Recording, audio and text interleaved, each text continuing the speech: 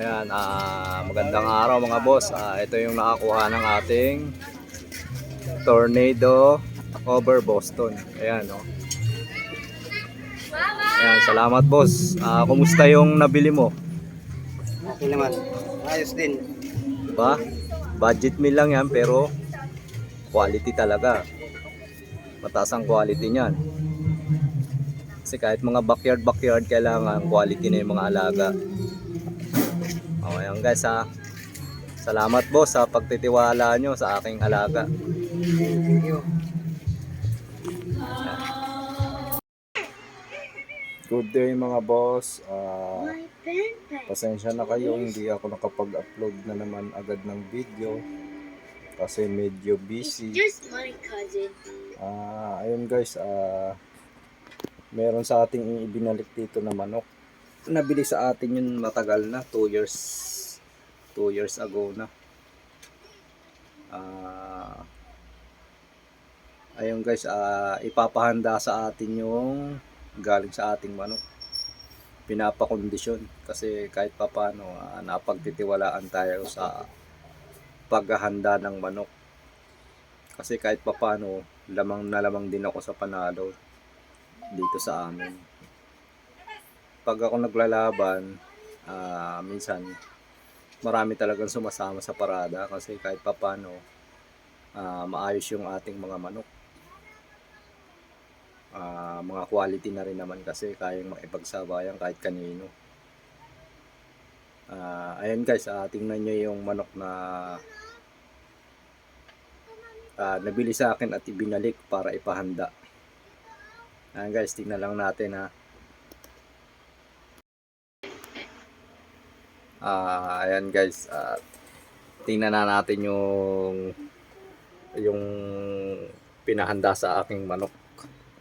2 years old na rin mahigit yun. Yan, sabay-sabay natin tingnan at puntahan natin. Ayan guys. Ayan, puntahan natin. Ito yung lugar namin.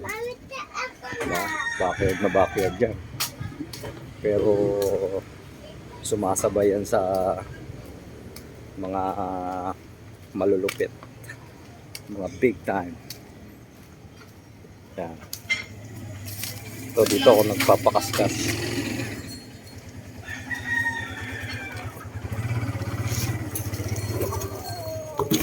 Yan. Yan. Papakaskas tayo ng ating mga alaga. Ito broodcock to.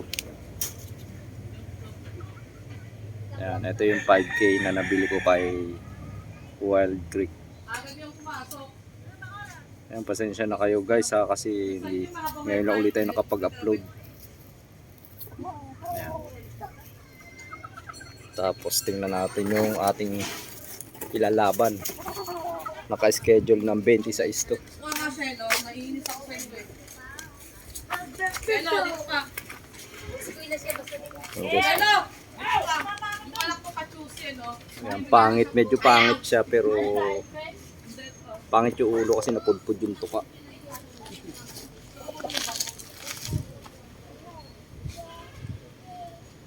Yan.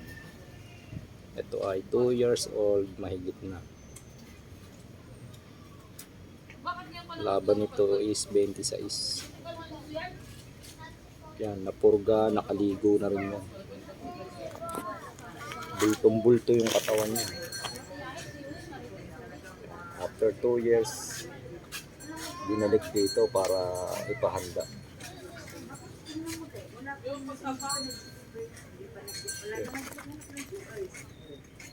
Ito grabe yung paa.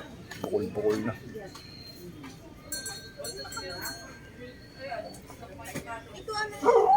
Grabe yan guys, tingnan mo yung likod oh. Lapad, pwedeng patungan ng baso.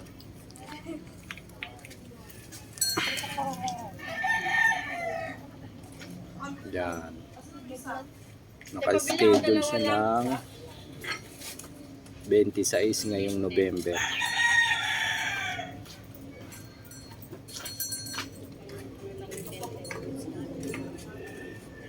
Yan, nakapurga, nakaligo na rin. 21 days conditioning lang. Tapos pinakaskas natin kaninang umaga alas 6.